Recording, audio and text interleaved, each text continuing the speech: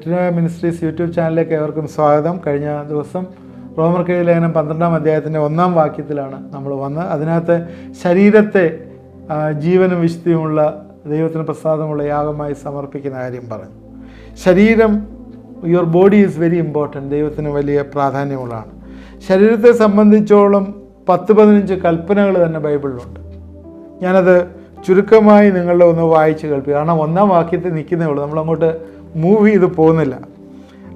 ഏകദേശം 15 കൽപ്പനകൾ തന്നെ ഇതിനകത്ത് ബൈബിളിലുള്ളത് ഞാൻ ചുരുക്കമായി ഒന്ന് പിൻ പോയിൻ്റ് ചെയ്ത് പറയാം. നോട്ട്സ് ഉള്ളവർ നോട്ട് എഴുതിയെടുക്കുകയോ അല്ലെങ്കിൽ നിങ്ങളത് ചിന്തിക്കുന്നത് നല്ലതാണ്, അല്ലെങ്കിൽ നിർത്തിയത് കേൾക്കുകയും ചിന്തിക്കുകയും നല്ലതാണ്. ഇപ്പോൾ നമ്മൾ വായിച്ചത് ശരീരത്തെ ദൈവത്തിന് സമർപ്പിക്കാനായിട്ട് പറഞ്ഞു. That's A command. ദൈവത്തിന് സമർപ്പിക്കാനായിട്ട് പറഞ്ഞു.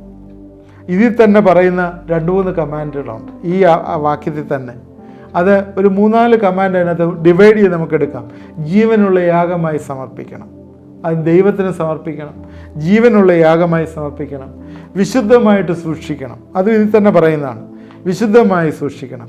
പിന്നെ ദൈവത്തിന് പ്രസാദമായി സമർപ്പിക്കണം. പറഞ്ഞുകൊണ്ട് സമർപ്പിക്കുകയല്ല, ദൈവത്തിന് പ്രസാദമായി സമർപ്പിക്കണം. അത് ഇത്രയും കാര്യങ്ങൾ ഇതിൽ പറയുന്ന കാര്യം. അതുപോലെ നമ്മുടെ ശരീരം അന്ധകാരത്തിലാകാതെ വെളിച്ചത്തിൽ നമ്മൾ സൂക്ഷിക്കണം, പ്രകാശമാനമായി സൂക്ഷിക്കണം. മത്തായി 6:22 പറയുന്നതാണ്. അതുപോലെ റോമർക്കെഴുതിയ ലേഖനത്തിൽ തന്നെ ഉള്ളതാണ്. ശരീരത്തെ പാപത്തിന് മരിച്ചവരായി എണ്ണും. നേരത്തെ പഠിച്ചതാണ് റോമർ 6:11. ശരീരത്തെ മരിച്ചവരായി എണ്ണം പറയുന്നുണ്ട്. അതുപോലെ തന്നെ റോമർ 6:11 ദൈവത്തിന് ജീവിക്കുന്നതായി കണക്കാക്കാൻ പറയുന്നുണ്ട്. ഇതെല്ലാം റോമർ 6:11 അതുപോലെ 6:12 sin shall not master over your body, പാപത്തിന് അടിമയാകാതെ സൂക്ഷിക്കാൻ പറയുന്നുണ്ട്. 6:12 പറയുന്നു. റോമർ 8-ാം അധ്യായത്തിൽ പഠിച്ച റോമർ 8:13 അവയവങ്ങളെ മരിപ്പിപ്പാൻ പറയുന്നുണ്ട്. നമ്മുടെ ശരീരത്തിൻ്റെ അവയവങ്ങളെ മരിപ്പിപ്പാൻ പറയുന്നുണ്ട്. അതുപോലെ 1 കൊരിന്ത്യർ 3:17 ശരീരത്തെ അശുദ്ധമാകാതെ സൂക്ഷിക്കാൻ പറയുന്നുണ്ട്. 1 കൊരിന്ത്യർ 3:17. അതുപോലെ 1 കൊരിന്ത്യർ 3:16-17 പരിശുദ്ധാത്മാവിൻ്റെ മന്ദിരമായി സൂക്ഷിക്കാനായിട്ട് പറയുന്നുണ്ട്. 12-ാമത് ദുർനടപ്പിൽ നിന്ന് ഒഴിഞ്ഞു ജീവിപ്പാനായി നിങ്ങളുടെ ശരീരങ്ങളെ ദുർനടപ്പം വിട്ട് ഓടാനായിട്ട് പറയുന്നുണ്ട്. 1 കൊരിന്ത്യർ 6:13-20 വാക്യങ്ങൾ പറയുന്നുണ്ട്. 1 കൊരിന്ത്യർ 6:20 പറയുന്നുണ്ട് ശരീരം കൊണ്ട് ദൈവത്തെ മഹത്വപ്പെടുത്താൻ പറയുന്നുണ്ട്. 1 കൊരിന്ത്യർ 6:20 പറയുന്നുണ്ട്. അതുപോലെ 1 കൊരിന്ത്യർ 9:27 പറയുന്നുണ്ട് നിങ്ങളുടെ ശരീരങ്ങളെ നിയന്ത്രണത്തിൽ സൂക്ഷിപ്പാനായിട്ട് പറയുന്നുണ്ട്. 1 കൊരിന്ത്യർ 9:27. കൊലോസ്യർ 2:11 പറയുന്നു അതിൽ പാപങ്ങൾ ഉരിഞ്ഞു കളയാനായിട്ട് പറയും. ശരീരത്തെക്കുറിച്ചുള്ള 15 കൽപ്പനകൾ പുതിയ നിയമത്തിൽ പറയുന്ന കാര്യങ്ങളാണ് പറയുന്നത്. ഇത് കൂടുതലും 4 എണ്ണവും കിടക്കുന്ന നമ്മൾ ഈ റോമർ 12:1 പറയുന്നത്. അതുപോലെ തന്നെ റോമർക്കെഴുതിയ ലേഖനം 6-ാം അധ്യായത്തിലെ 11-12 വാക്യങ്ങൾ മരിച്ചതായി എണ്ണാനും ദൈവത്തിന് വേണ്ടി ജീവിക്കുന്നതായി എണ്ണാനും ആ പാപത്തിന് അടിമകളായി സൂക്ഷിക്കാനും, അതുപോലെ റോമർ 8 അവയവങ്ങളെ മരിപ്പിക്കാനും എല്ലാം പറയുന്ന റോമർക്കെഴുതിയ ലേഖനത്തിലാണ്. അപ്പോഴേ our body is very much important. Gnostic ആയിട്ടുള്ള ചിന്താഗതി ആദിമകാലങ്ങളിലുണ്ടായിരുന്നു. Body is evil. ദൈവം സൃഷ്ടിച്ച ശരീരമാണെങ്കിലും അത് ഈവിളാണ്, അതിൽ തിന്മ വസിക്കുന്നു എന്ന് പറഞ്ഞുകൊണ്ട് ശരീരത്തെ പീഡിപ്പിക്കുന്ന പല കാര്യങ്ങളുണ്ട്. ഇന്നും പലരും അത് ചെയ്യുന്നുണ്ട്, ശരീരത്തെ പീഡിപ്പിക്കുന്നുണ്ട്. ഞാനത് സൂചിപ്പിച്ചാണ്. പല കാര്യങ്ങളും ശരീരത്തെ പീഡിപ്പിക്കുന്നുണ്ട്.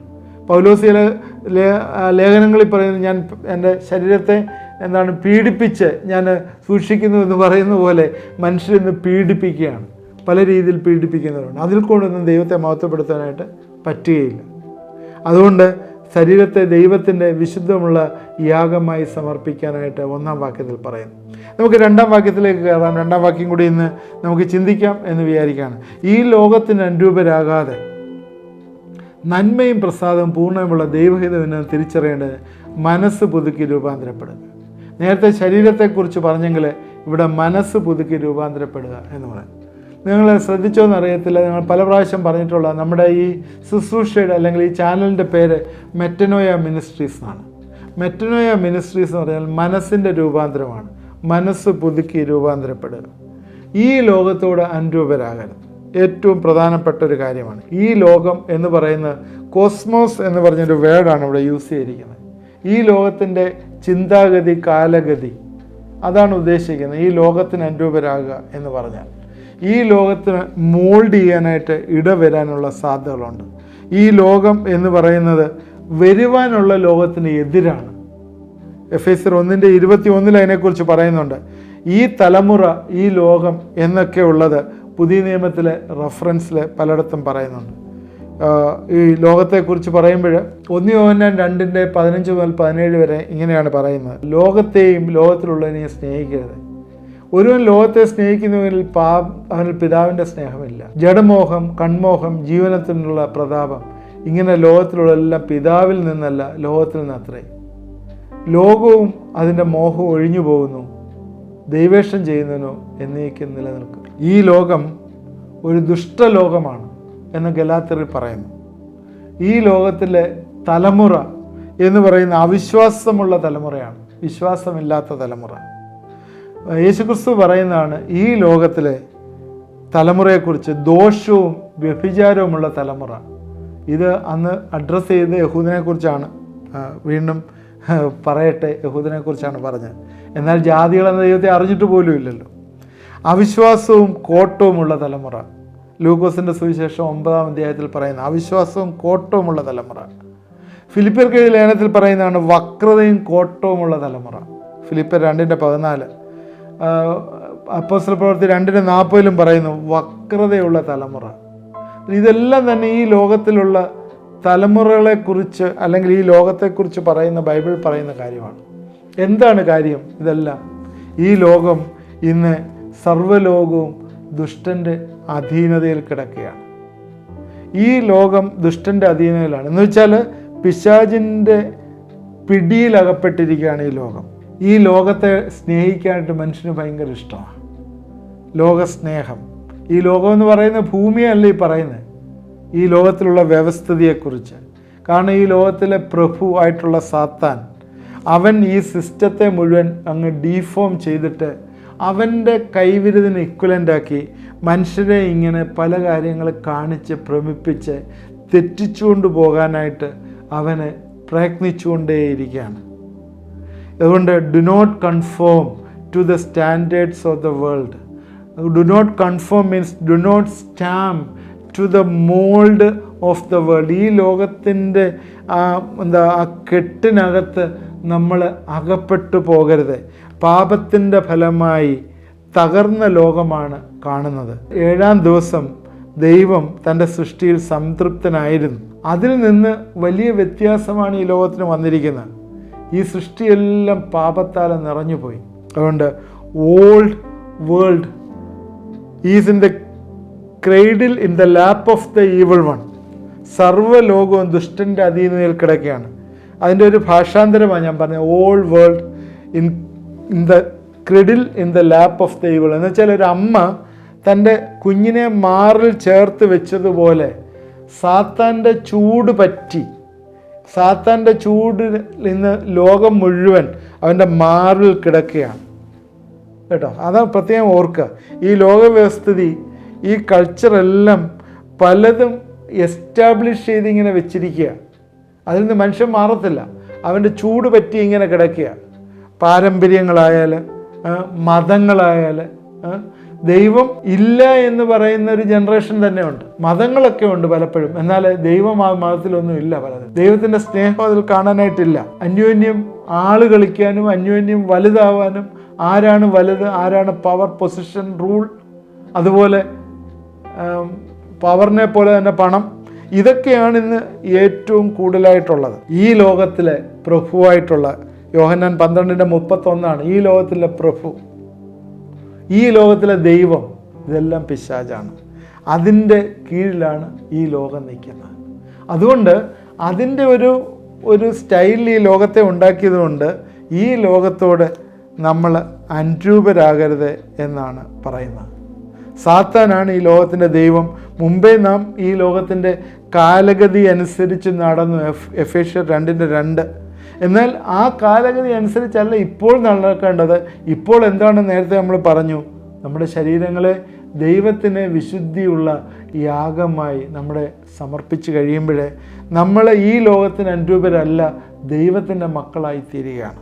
1 യോഹന്നാൻ 5:19 സർവ്വലോകവും ദുഷ്ടൻ്റെ അധീനയിൽ കിടക്കുന്നു എന്ന് പറഞ്ഞിട്ടുണ്ട്. അതുപോലെ യോഹന്നാൻ 17:6 നീ ലോകത്തിൽ നിന്ന് എനിക്ക് തന്നിട്ടുള്ള മനുഷ്യർക്ക് ഞാൻ നിൻ്റെ നാമം വെളിപ്പെടുത്തിയിരിക്കുന്നു. അവർ നിനക്കുള്ളവരായിരുന്നു, നീ അവരെ തന്നു, അവർ നിൻ്റെ വചനം പ്രമാണിച്ചു. യേശു ശിഷ്യന്മാരെ കുറിച്ച് പറയുന്നത്, നീ ലോകത്തിൽ നിന്ന് എനിക്ക് തന്നിട്ടുള്ള മനുഷ്യൻ. ഈ ലോകം പിശാചിൻ്റെ കയ്യിൽ നിന്ന്, അതിൽ നിന്ന് ഞാൻ അവരെ പിടിച്ചിങ്ങോട്ട് വാങ്ങിയിരിക്കുകയാണ്. അവർ നിൻ്റെ വചനം പ്രമാണിച്ചിരിക്കുന്നു. അതുകൊണ്ട് ശിഷ്യന്മാരെ ദൈവത്തിൻ്റെ വചനം പ്രമാണിച്ചു എന്ന് പറയുന്നു. ഈ ലോകം 1 കൊരിന്ത്യർ 1:21 ദൈവത്തിൻ്റെ ലോകജ്ഞാനത്താൽ ദൈവത്തെ അറിയായതുകൊണ്ട് വിശ്വസിക്കുന്നവരുടെ പ്രസംഗത്തിൻ്റെ ഭോഷത്വത്തെ രക്ഷിപ്പാൻ ദൈവത്തിന് പ്രസാദം തോന്നി. ദൈവത്തിൻ്റെ ജ്ഞാനത്തിൽ ലോകജ്ഞാനത്താൽ ദൈവം അറിയായതുകൊണ്ട്. ലോകജ്ഞാനത്തെ ദൈവത്തെ ഈ മനുഷ്യനും അറിയാൻ പറ്റത്തില്ല. നമ്മൾ പലപ്പോഴും പറയാറില്ലേ, ഡിബേറ്റ് ചെയ്ത് ദൈവത്തെ പ്രൂവ് ചെയ്യാമെന്നൊക്കെ പറയുന്നത്. ദൈവത്തിൻ്റെ ആത്മാവ് പ്രവർത്തിക്കാതെ മനുഷ്യർക്ക് ദൈവത്തെ തിരിച്ചറിയാനൊന്നും പറ്റത്തില്ല. അതുപോലെ തന്നെ 2 പത്രോസ് 2:20 പറയുന്നുണ്ട്, കുടുങ്ങിപ്പോയവർ കർത്താവും രക്ഷിതാവുമായ യേശുക്രിസ്തുവിൻ്റെ പരിജ്ഞാനത്തിൽ ലോകത്തിൻ്റെ മാലിന്യം വിട്ടോടിയവർ. ലോകം മുഴുവൻ മാലിന്യമാണ് എന്ന് പറഞ്ഞാൽ ദൈവത്തിൽ നിന്ന് അകന്നു പോകാനുള്ള എല്ലാ കാര്യങ്ങളും ഉണ്ട്. 2 പത്രോസ് 1:4 ലോകത്തിൻ്റെ മോഹത്തിലുള്ള നാശം വിട്ടോടി. ലോകത്തിൻ്റെ മോഹത്തിലേക്ക് പോകുന്നത് നാശത്തിലേക്കുള്ള പോക്കാണ്. നശിച്ചിരിക്കും അല്ല, ഉപദേശി പറഞ്ഞ പോലെ, മോനെ നീ പോകുന്ന വഴി അങ്ങ് പോയാൽ മതി. ഉപദേശിയുടെ പയ്യൻ കളിയാക്കി ചോദിച്ചു, ഉപദേശി സ്വർഗത്തിലേക്കുള്ള വഴിയാണല്ലോ ഉപദേശി പഠിപ്പിക്കുന്നത്, നരകത്തിലേക്കുള്ള വഴിയും കൂടെ ഒന്ന് പറഞ്ഞു എന്ന് പറഞ്ഞപ്പോൾ ഉപദേശി പറഞ്ഞതാണ്, മോനെ നീ പോകുന്ന വഴി അങ്ങ് പോയാൽ മതി, അത് നരകത്തിൽ ചെന്ന് അവസാനിക്കും എന്ന് പറഞ്ഞാൽ ലോകത്തിൻ്റെ മോഹത്തിലുള്ള നാശം ഇതെല്ലാം തന്നെ നമ്മളെ ശിക്ഷാവിധിയിലേക്ക് നടത്തും. അതുകൊണ്ട് ഈ ലോകം നമുക്കുള്ളതല്ല. അതുകൊണ്ട് പൗലോസ് പറയാണ്, നിങ്ങൾ ഉയരത്തിലുള്ള അന്വേഷിക്കാൻ പറയുന്നത്, ഉയരത്തിലോട്ട് നോക്കാനാണ് പറയുന്നത്. ഈ ലോകം നമുക്കുള്ളതല്ല. പിന്നെ എന്തിനാണ് ദൈവം ഈ ലോകത്തിൽ നമ്മളെ ആക്കിയിരിക്കുന്നത്? നമ്മൾ ഈ ലോകത്തിലല്ലേ പിറന്നു വീണത്. 60, 70, 80, 90 അല്ലെങ്കിൽ 100 വയസ്സ് വരെയൊക്കെ നമ്മൾ ജീവിച്ചിരിക്കും. എന്നാൽ what is the purpose of our creation? നമ്മളെ എന്തിനാണ് ഈ ലോകത്തിലാക്കിയത്? ഇതൊരു വലിയ ചോദ്യമല്ലേ? ഇത് പണ്ട് തൊട്ടേ പല ആളുകൾ ചോദിക്കുന്നതാണ്. യേശുക്രിസ്തു വരുന്നതിന് മുമ്പേ, ബിഫോർ ക്രൈസ്റ്റ്, BC തന്നെ പലരും വലിയ ചിന്തകന്മാർ ചോദിച്ചാണ്, what is the purpose in my life? എൻ്റെ ജീവിതത്തിൻ്റെ പർപ്പസ് എന്താണ്? എന്നാൽ അത് ദൈവം നമുക്ക് ദൈവത്തിൻ്റെ വചനത്തിൽ കൂടി വെളിവാക്കി തന്നു. നമ്മളെ ഈ ലോകത്തിലാക്കിയിരിക്കും. We are the creation. ദൈവത്തിൻ്റെ കൈവിരുതായിട്ട് നമ്മളെ സൃഷ്ടിച്ചിരിക്കുക മാത്രമല്ല, യേശുക്രിസ്തുവിൽ കൂടി നമ്മളെ ഹാൻഡ് പിക്ക് ചെയ്ത് വെച്ചിരിക്കുകയാണ്, തിരഞ്ഞെടുത്ത് വെച്ചിരിക്കുകയാണ്. എന്തിനാണ്? യഹൂദൻ കാട്ടുമുന്തിരിങ്ങ കായ്ച്ചു. നമ്മൾ കഴിഞ്ഞ എപ്പിസോഡിലൊക്കെ ചിന്തിച്ചാണ്, കാട്ടുമുന്തിരിങ്ങ കായ്ച്ചു. നമ്മളെ തിരഞ്ഞെടുത്തിരിക്കുകയാണ്. എന്തിനാണ്? ഫലം കായ്ക്കേണ്ടതിനും അത് നിലനിൽക്കുന്ന ഫലങ്ങൾ കായ്ക്കേണ്ടത്. അബ്രാഹാമിൻ്റെ വേരോടുകൂടി നമ്മളെ ഒട്ടിച്ചിരിക്കുകയാണ്, നല്ല ഫലം കായ്ക്കാൻ. നമ്മളിൽ നിന്ന് കായ്ക്കുന്ന എന്ത് ഫലമാണെന്ന് എന്നെ കേൾക്കുന്നവരെല്ലാം ഒന്ന് ചിന്തിക്കുക. ദൈവത്തിൻ്റെ യാഗമായി സമർപ്പിച്ചവരെ ലോകത്തിന് അനുരൂപരാകുകയില്ല. അതാണ് ഇന്ന് പറയാനായിട്ട് ആഗ്രഹിച്ച മെസ്സേജ്. എൻ്റെ സമയം തീർന്നു, ഞാൻ എൻഡ് ചെയ്യാണ്.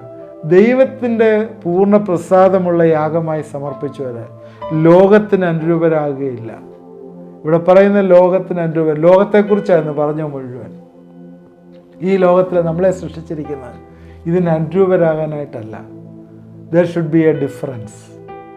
ഒഴുക്കിനോട് കൂടെ നീന്തുന്നവരല്ല, ഓന്തിനെ പോലെ ജീവിക്കുന്നവരല്ല, സാഹചര്യമനുസരിച്ച് നിറം മാറുന്നവരല്ല. നമ്മളൊരു ഓന്ത് വിശ്വാസിയാണോ അതോ ശരിയായിട്ടുള്ള ഒരു പുഴു വിശ്വാസിയാണോ എന്ന് നമ്മൾ ചിന്തിക്കുക. പുഴു വിശ്വാസിയെക്കുറിച്ച് അടുത്ത എപ്പിസോഡിൽ നമ്മൾ പറയും. നമ്മളൊരു ഓന്ത് വിശ്വാസിയാണോ? ഈ ലോകത്തിൽ അനുരൂപപ്പെട്ട് അവിശ്വാസമുള്ള തലമുറ, കോട്ടമുള്ള തലമുറ, ദോഷമുള്ള തലമുറ, വക്രതയുള്ള തലമുറ, അങ്ങനൊരു തലമുറയാണോ നമ്മൾ? നമ്മളെ തന്നെ ഒന്ന് വിശകലനം ചെയ്യും. എന്നെ കാണുന്ന പ്രിയപ്പെട്ടവരെ, ഇന്ന് ദൈവം നിങ്ങളെയും എന്നെയും ഫലം കായ്ക്കുന്നതിന് വേണ്ടി വിളിച്ചിരിക്കുന്നു എന്ന് മറന്നുപോകും. നമ്മളിൽ നിന്ന് മങ്കുണ്ടാകുവാൻ, പതിരുണ്ടാകുവാൻ, അല്ലെങ്കിൽ യേശുക്രിസ്തു അത്തിയെ നോക്കി ശപിച്ചതുപോലെ ഫലം ആവശ്യത്തിന് ഫലമില്ലായിരിക്കും. തക്ക കാലത്ത് ഫലം കായ്ക്കുന്നതും ഇലവാടാത്തതുമായ വൃക്ഷം പോലെ ഇരിക്കാനാണോ ദൈവം നമ്മളെ വിളിച്ചത്? നമ്മളൊന്ന് വിശകലനം ചെയ്യുമോ? പ്രാർത്ഥിക്കാം. ദൈവമായ കർത്താവേ, ഇത് കണ്ടുകൊണ്ടിരിക്കുന്ന പ്രിയപ്പെട്ടവരെ ഞങ്ങളെ ഏൽപ്പിച്ച് പ്രാർത്ഥിക്കുന്നു. കർത്താവേ, നീ അനുഗ്രഹിക്കണമേ, സഹായിക്കണമേ. ഞങ്ങൾക്കൊരു രൂപാന്തരം തരണമേ എന്ന് പ്രാർത്ഥിക്കുന്നു. ഇപ്പോഴും ഞങ്ങൾ ഓന്തിനെ പോലെ നിറം മാറുന്നവരാ കർത്താവേ. സാഹചര്യമനുസരിച്ച് നിറം മാറുന്നവരാ. ഞങ്ങളുടെ ജീവിതങ്ങളെ ഒന്ന് രൂപാന്തരപ്പെടുത്തണമേ എന്ന് പ്രാർത്ഥിക്കുന്നു. നല്ല ഫലം കായ്പാൻ ഈ ലോകത്തിൽ പോകുമ്പോൾ ലോകത്തിൻ്റെ മോഹങ്ങളിലേക്ക് അങ്ങ് അടിമപ്പെട്ടു പോകുന്നവരാ കർത്താവേ. പലപ്പോഴും കർത്താവേ, സാഹചര്യം പോലെ ഞങ്ങൾ അങ്ങോട്ടും ഇങ്ങോട്ടുമൊക്കെ മാറുന്നവരാ കർത്താവേ. പള്ളിയിലെ കമ്മിറ്റിയിൽ 2 കൂട്ടരുണ്ടെങ്കിൽ 2 രീതിയിൽ ഞങ്ങൾ നിൽക്കുന്നവരാ കർത്താവേ. ദൈവം ഞങ്ങളെ വിളിച്ചിരിക്കുന്ന വിളിക്ക് യോഗ്യമാണ് ജീവിപ്പാൻ. ഞങ്ങളെ നീ സഹായിക്കണമേ, ഇടവരുത്തണമേ എന്ന് പ്രാർത്ഥിക്കുന്നു. അവിശ്വാസമുള്ള, ദോഷവും വ്യഭിചാരവുമുള്ള തലമുറയിൽ നിന്ന് മാറി, ഈ ദുഷ്ടലോകത്തിൽ നിന്ന് മാറി, വെളിച്ചങ്ങളെ പോലെ ശോഭിപ്പാനായി നീ ഞങ്ങളെ വിളിച്ചാക്കിയിരിക്കുന്നു. ഈ വലിയ ചിന്ത ഞങ്ങളെ ഭരിക്കട്ടെ. ഞങ്ങളെ നീ ബലപ്പെടുത്തണമേ. തിരിഞ്ഞു വരുവാനായി കർത്താവെ സഹായിക്കണമേ. പ്രാർത്ഥന കേട്ടോർത്ത് സ്തോത്രം. യേശുക്രിസ്തുവിൻ്റെ നാമത്തിൽ പ്രാർത്ഥിക്കുന്നു, കേൾക്കുമാറാണമേ. ആമേൻ. ഇത് കണ്ടുകൊണ്ട് പ്രിയപ്പെട്ടവരെല്ലാം ദൈവം അനുഗ്രഹിക്കട്ടെ. ഇന്ന് ഒരേ ഒരു കാര്യം പറഞ്ഞു, ലോകത്തോട് അനുരൂപരാകരുതെന്ന് മാത്രമേ പറഞ്ഞു. നമ്മൾ 2ാമത്തെ വാക്യത്തിലാണ് നിൽക്കുന്നത്. ലോകത്തോട് നമ്മൾ അനുരൂപരാകരുത്. തീർച്ചയായും ഈ ചിന്ത നമ്മളെ അനുഗ്രഹിക്കും, നമ്മളെ വഴി നടത്തും. തുടർന്നും ഇത് നമ്മൾ വാച്ച്ഫുള്ളായിരിക്കുക, കാതോർത്തിരിക്കുക. എല്ലാ ദിവസവും 9:30 മണിക്ക് നിങ്ങളുടെ ഡിവൈസിൽ നിങ്ങൾക്ക് കിട്ടും. നിങ്ങളിത് കാണുക, നിങ്ങൾ സബ്സ്ക്രൈബ് ചെയ്യുക, മറ്റുള്ളവർക്ക് ഷെയർ ചെയ്ത് കൊടുക്കുക. അനുഗ്രഹിക്കപ്പെടുക. ദൈവം നമ്മളെ എല്ലാവരെയും അനുഗ്രഹിക്കും.